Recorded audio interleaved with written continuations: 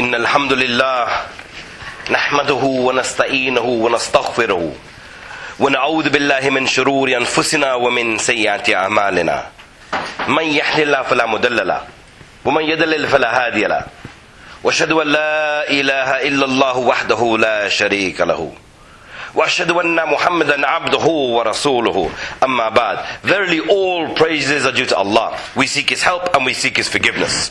We seek refuge with Allah from the evil of our own souls and from our evil deeds. Whomsoever Allah guides can never be led astray, and whomsoever Allah allows to stray can never be guided. I bear witness that there is nothing worthy of worship except Allah, the one, having no partner. And I bear witness that Muhammad sallallahu alayhi wasallam is His slave and His messenger. أعوذ بالله من الشيطان الرجيم. بسم الله الرحمن الرحيم. يا أيها الذين آمنوا اتقوا الله حق تقاته ولا تموتن إلا وأنتم مسلمون. O you who believe, have taqwa of Allah as you should have taqwa of Allah, and die not except in the state of Islam. يا أيها الذين آمنوا اتقوا الله وقولوا قولا سديدا يصلح لكم أعمالكم ويغفر لكم ذنوبكم ومن يطيع الله ورسوله فقد فاز فوزا عظيما. O you who believe, have taqwa of Allah and speak a straightforward word. He will forgive your sins and repair your deeds. And whoever takes Allah and His messenger as a guide has already achieved the mightiest achievement. My dear respected brothers and sisters in Islam, I want to begin with the story from our past, which will set up in our minds, inshallah, something of great importance to every single one of us in this room. For ourselves as individuals, for ourselves as parents, for ourselves as children, no matter what our status is, there's something fundamental which happened very strongly in the past, which perhaps we don't do now. Let me begin with the story. I want you to cast your minds back over 1,000 years. In Uzbekistan, a baby boy was born blind. His mother, with the strength of iman that she had and belief in her du'as, never lost hope that Allah has the power to cure her son. Allah, the one who made her son blind, also has the power to cure her son. So she made dua, and she made dua, and she made dua. And we know the dua of a mother is more powerful than anybody else's dua. So she made dua, she made dua, she made dua, and subhanallah, the boy's sight was regained. Not only was the boy's sight regained, it was regained so strongly that this boy almost had what we would now describe as night vision. The mother then became widowed. The child became an orphan, but she knew what was important in her son's life. So she traveled to Makkah so that the boy could receive Islamic knowledge from the circles in Makkah. She attended and arranged that he could sit in the circles of knowledge so that he could study from the scholars. He began sitting in the circles of hadith, and he showed that he had an enormous talent for memorizing and narrating and explaining the hadith. Before he even took one hadith or accepted a hadith, when he grew up and he started looking to compile hadith, he would never accept a hadith without first standing and praying 2 rakat to Allah for sincerity and then accepting this hadith. The boy's name was Muhammad ibn Ismail, but you and I all know him today by the name of Imam al-Bukhari. Why? Why did he become Imam al-Bukhari? Why do we not know him by Muhammad ibn Ismail? Because his mother's dua was so sincere that she gave him sight. His mother's effort was so sincere to give him knowledge of al-Islam. And this is what I want to talk about today. Knowledge of al-Islam. How do we instill in ourselves and our children knowledge of al-Islam? Let me give you another example. If Bukhari's story is not enough. Another mother, again a widowed woman, would wake at Fajr, before Fajr every morning, to warm water, so that by the time Fajr was about to approach, she would have warm water for her small son so that he could perform wudu. She would walk through the night, the cold bitter nights in Baghdad. At that time, the cold mornings. She would walk through the cold mornings, taking her son to the Fajr Salah, and then wait outside until the circles of knowledge, which, by the way, brothers and sisters, circles of knowledge for our predecessors began at Fajr. If it was today and it began at Fajr, who would be there? No one. Maybe just the Imam, the Muaddin, and the 2 old men who are retired that pray Fajr in the Jamaat. Where would the rest of us be? Probably asleep. But in those days, circles of knowledge began at Fajr. So she would wait until he finished Fajr and then bring him back home, wrapped in a blanket to keep him warm. And this boy became who? Ahmed bin Hanbal. Two examples. Imam Bukhari, Ahmed bin Hanbal, who both had what? Parents, mothers, who loved for the children to learn about the knowledge of Al-Islam. They were so desperate that they shouldn't become anything other than scholars. That they should carry with them knowledge which would benefit them in dunya and akhirah. Now let's just pause for a minute and look at our situation today. In the past, these people had to walk for months, travel for days just to go and collect one hadith, right? We all know this. We know Imam Bukhari, subhanAllah, would travel from Uzbekistan, Samarkand, Bukhara, Makkah, Medina, anywhere where there was a hadith available, he would travel to receive the hadith. It was difficult. There was a lot of hardship involved in seeking knowledge. There was an effort involved in seeking knowledge. Now, Allahu Akbar, we can sit on our iPhone anywhere in the world, maybe just in some parts of the tube it's not available. Oh, what a hardship on us. But anywhere in the world we can sit on our iPhone and we can look at all the 6 books of hadith almost simultaneously. Forget even needing a computer, forget needing a CD, forget needing anything. Your phone will give you access to all of the books of hadith straight away. So you would imagine that when knowledge is so easy to come by now, how many people would be brimming with knowledge, right? When these people of the past were searching and making all of this effort, and they knew something that perhaps we have forgotten. Let me just show you the importance of seeking knowledge. How important it is. Rasulullah ﷺ said in a hadith found in Sahih Muslim, whoever seeks out a path to acquire knowledge of the deen, Allah makes for him a path to Jannah. Let me say that again. Whoever, listen carefully, whoever seeks out a path to acquire knowledge of the deen. So what are we saying? If you are like Bukhari, Imam Ahmed, Muslim, whoever, Nawawi, continue the list going on and on and on. If you are like them and you make a path to seek out knowledge of Al-Islam, Allah will make a path to Jannah for you. Think to yourself right now, who doesn't want a path to Jannah? Not one person here can say, no, I don't want a path to Jannah. I'm happy where I am. We all want a path to Jannah. So what do? Seek knowledge. And we'll come in a moment to why we don't seek knowledge. So recognizing that, recognizing how hard it was, they made the effort. Now it's easy. Now no one has an excuse. With classes, every mosque in this country is running halaqas, study circles. You don't even have to go to the mosque. There are people online teaching courses in reciting Quran, in fiqh, in seerah, you name it. You can log on online. But we're too busy. It's not a priority. That's why. That's the bottom line. It's not a priority. But you would imagine, with all of this accessibility, we would come easy. Again, on the importance of seeking knowledge. Rasulullah said that when somebody seeks out a path to learn Islam, it is a sign that Allah wants good for him and loves him. He said, roughly translated, whoever Allah wishes good for, He grants them fiqh, understanding of the deen. Whoever Allah wishes good for, He grants them understanding of the deen. So people might turn around and say, well, Allah never granted me understanding of the deen, so it's Allah's fault, not mine. Did Imam Bukhari say this? Did Imam Ahmed say this? They strove for it. And when you strive, Allah facilitates. So if you want Allah's good from you, we should start seeking knowledge of Al-Islam. This is the importance of studying. This is the importance of making sure we seek knowledge. But Rasulullah said something else. And again, listen carefully.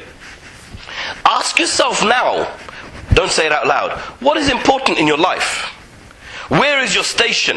Rasulullah said, the virtue of the scholar compared to the worshipper, the abid, is similar to the virtue of the moon when it is full compared to the rest of the stars. When you see a full moon closest to us, does any of the stars around it in the background, they all pale into insignificance. All you see is that bright shining full moon.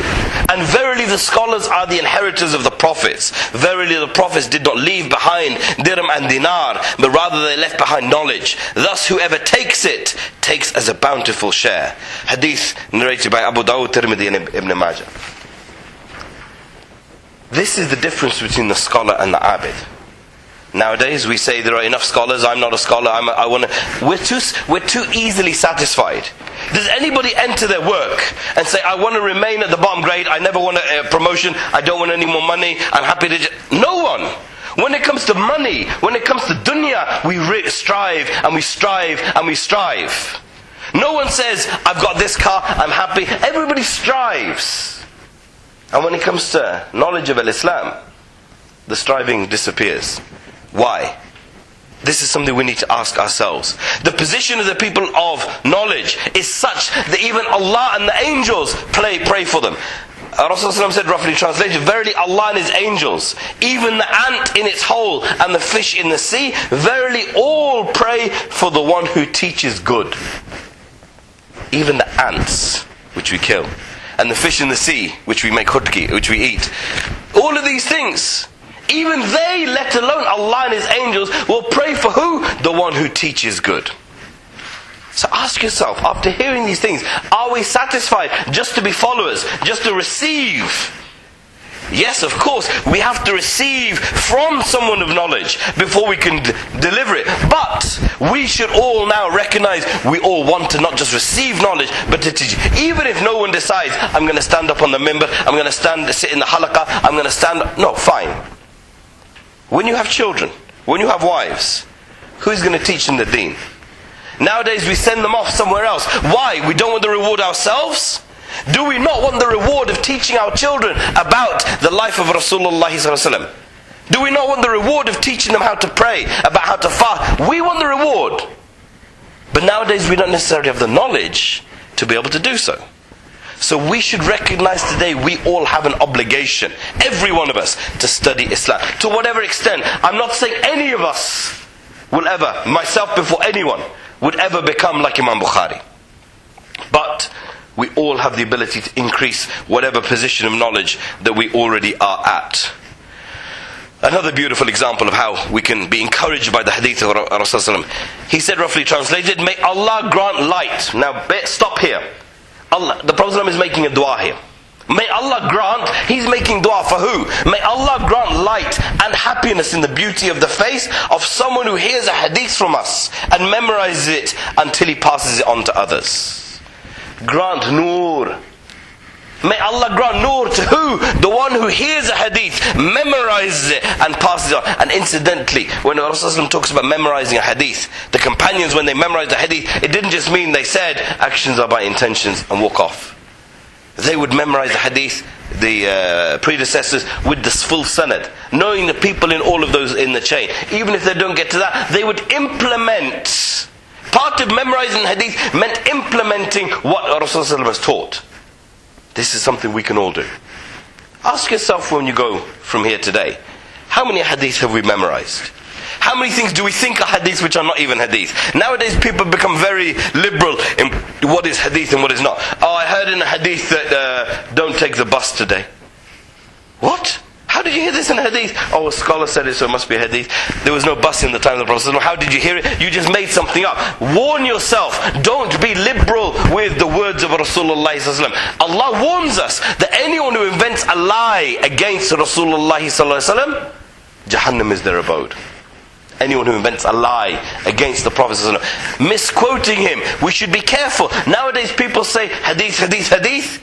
Be careful with using hadith unless you know roughly what it's translated as or the original wording. But now we've become very, very liberal. Brothers and sisters, if we look throughout Islamic history, throughout the history of this world, there is always a battle taking place between good and evil. The first battle in Islam was between Adam a.s. and Iblis, Shaitan. In other faiths, the battle is not between Adam and Shaitan, the battle is between Shaitan and Allah. This is not befitting us as Muslims to think that Shaitan and Allah are enemies of one another. Allah created Shaitan. Allah knows what Shaitan is doing. Allah programmed and commanded Shaitan to do what he's doing. So don't believe that it's Allah and him fighting for supremacy. Shaitan is the enemy of mankind. And of course, that makes him an enemy of Allah. But the battle is between mankind and Shaitan. And throughout the ages, we see Musa a.s. was doing battle, good versus evil with Fir'aun. Rasulullah was doing battle with the likes of Abu Lahab and Abu Jahl and these type of people. It's no different today. Every one of us is in a battle. Every one of us. Between ourselves trying to do good, I hope inshallah, and those who wish to make us do evil.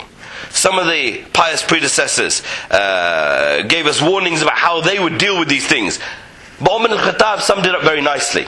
He said, I seek protection from jalad, the strength and enthusiasm of the sinner, and the laziness of the muttaqi, of the God-fearer. Umar is saying, I seek protection from the strength and the enthusiasm of the sinner and the laziness of the person of taqwa. Isn't this now? Now we see the efforts people will go to make you sin are extreme. How much effort do we go to do good? You want to see effort? People say, what efforts to make you do sin? You watch TV for 7 minutes of an advert and count how many things are encouraging you to sin. First of all, your eyes sin the moment the first advert comes on because your tube of toothpaste is being sold to you by a naked woman.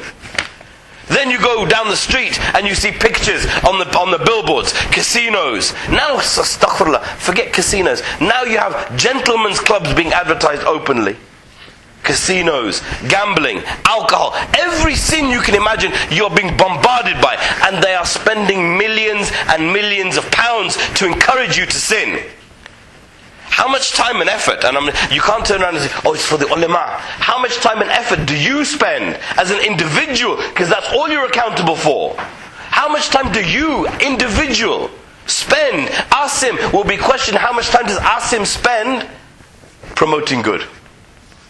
Am I spending all my time and effort like they're spending towards promoting evil? Am I encouraging myself first and my family and those around me to do good? Or am I just sitting back? There is a force out there promoting evil, bombarding you with evil, bombarding your children with evil, bombarding them with images, with messages that will take them towards the path of Jahannam, unless we, as parents, as individuals, save ourselves first and our families from all of this fitna. So what's wrong? What's happened to us? I said that the people of the past recognized things we didn't. Let me give you an example. One of the fuqaha once said, for years I desired to eat a sweet dish called harissa, and I was never able to do so. For years. Why? Because it came at the time of the study circle. They sold this dish at the time of the study circle. If we desired anything, we'd miss anything for it. Oh, I really fancy lamb chops, doner kebab, whatever it is. Nothing stops us. I'll bunk off work if I have to go and get the food that I want. These guys would not even miss the study circle for the food. For what? For years. Years they're missing this food because it's only sold at this time of when? The study circle.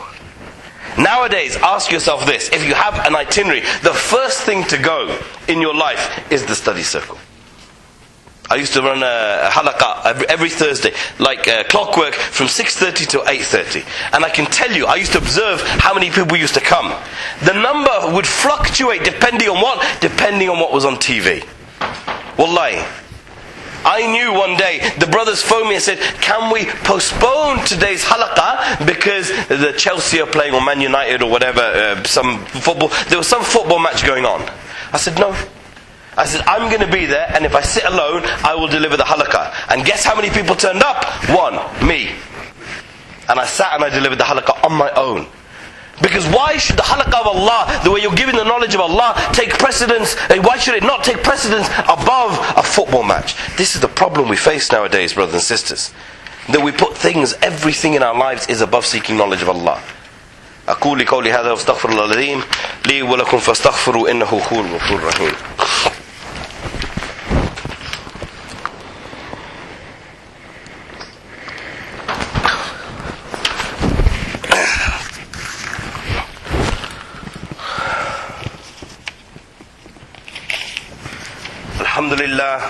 الحمد لله رب العالمين والصلاة والسلام على أشرف المرسلين ختم الأنبياء ورحمة للعالمين سيدنا وحبيبنا وشفيئنا ومولانا محمد وآله وصحبه أجمعين أما بعد.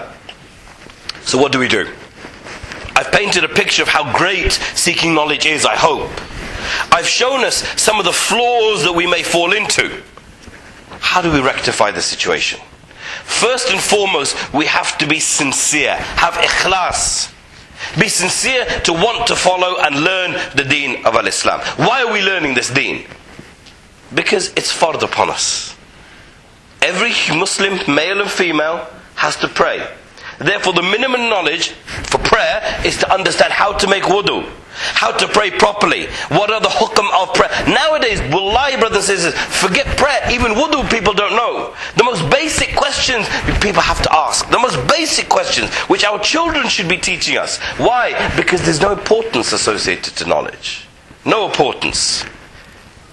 I gave a lecture last weekend on the importance of salah. I said, please, we're not going to address any fiqh questions in the Q&A session, just about how to encourage one another to salah. You should ask your local imams about the fiqh. Every question that came was fiqh. The first question was, when we break our wudu in our prayer, how long are we allowed to continue praying until we have to go and do wudu? I said, sorry, I'm confused. You broke your wudu. Yeah, I broke your wudu, but I didn't smell anything. So I knew I did, but I was like, la hawla wa la. This is where we've got to now. That even the simplest thing, like what do you do when you break your wudu in your prayer? We don't even know this. Not we, alhamdulillah, we know. But this is where we are in our knowledge. We have to question ourselves. How important is it? When you got your new iPhone, your Samsung, your new computer, how many days did you spend making sure you knew how it worked?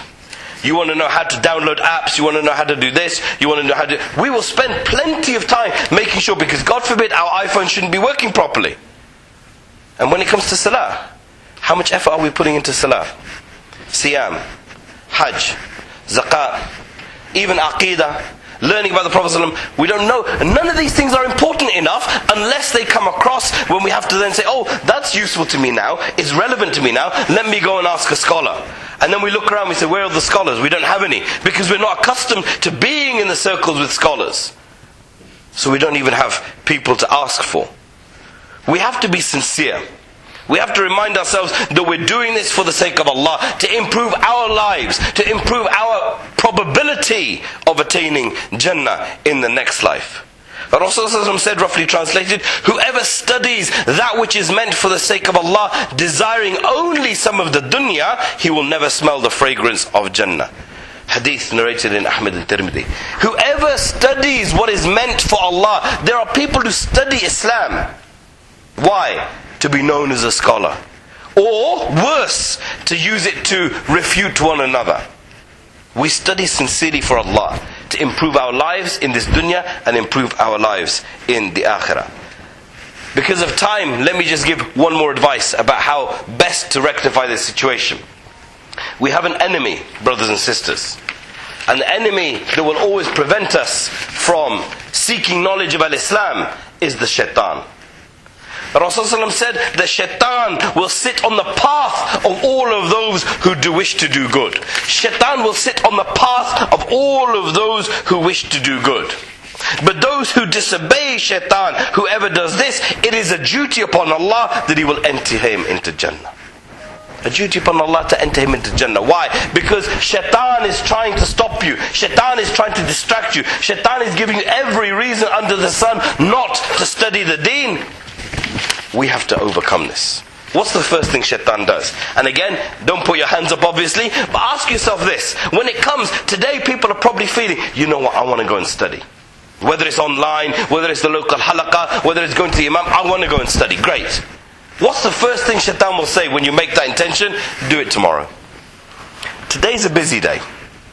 Tomorrow's a much better day to start. Then tomorrow will come and, you know what, today's also a busy day, start tomorrow. All these tomorrows, many of us may have done 40 tomorrows, 40 years of tomorrows, waiting for the day to come that we'll finally go and study the deen. Go back to what I said before, how important is it? How important is it that we want to study it? Do we recognize the importance of learning about Islam above learning about anything else?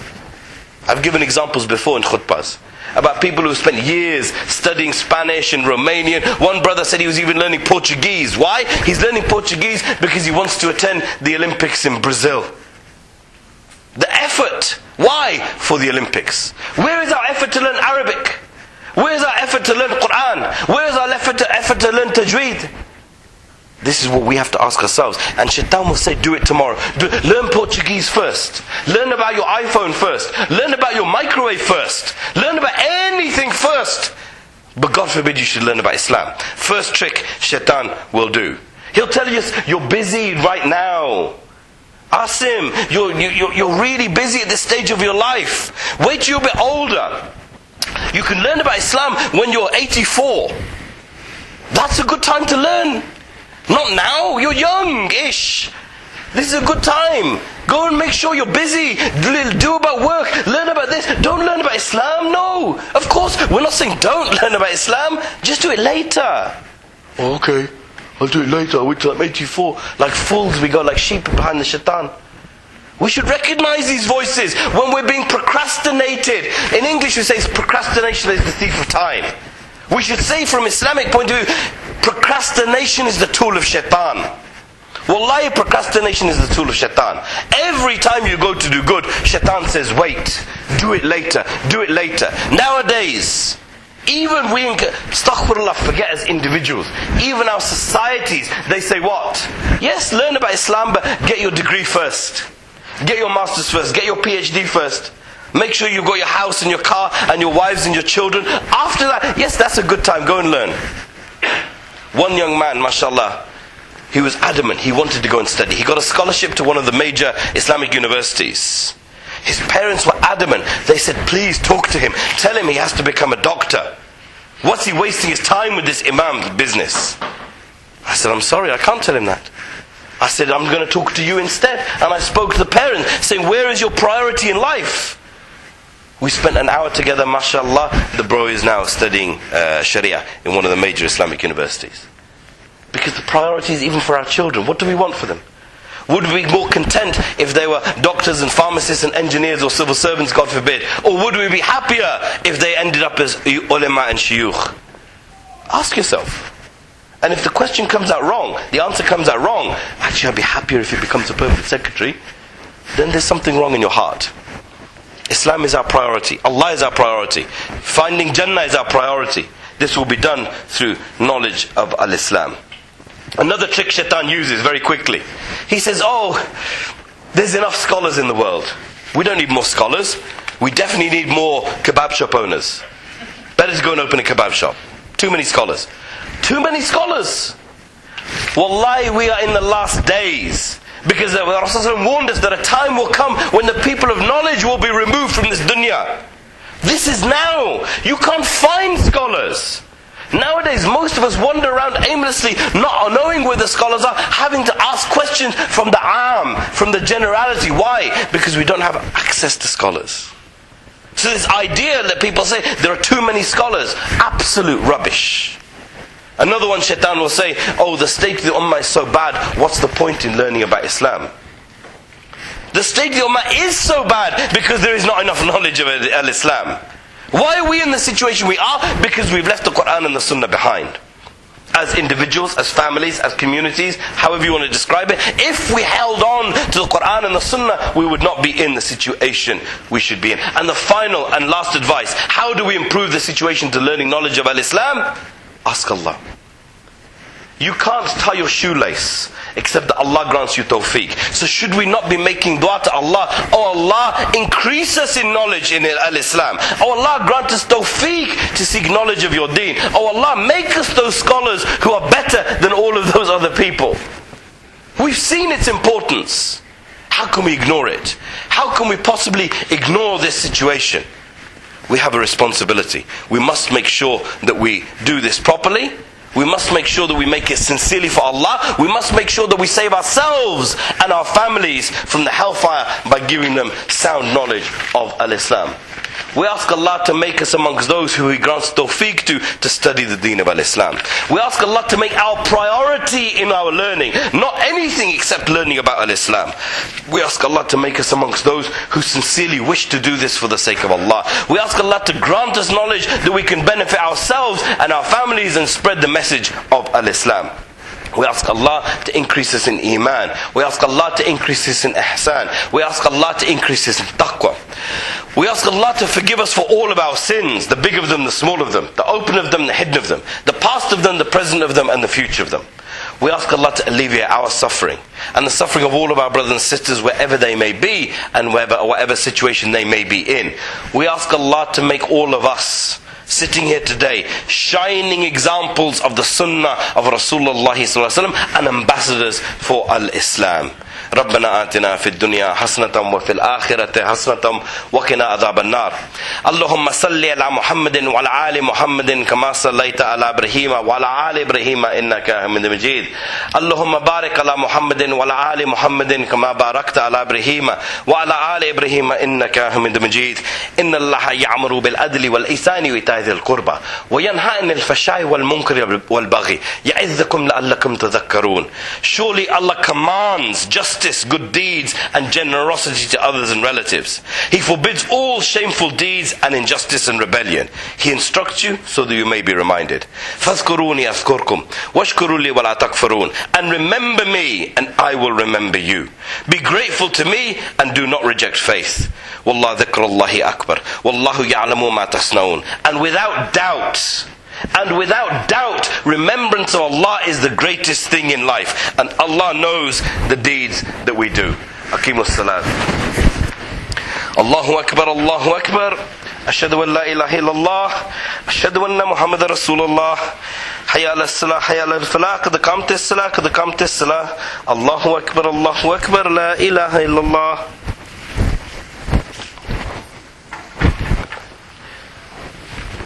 واعتدلوا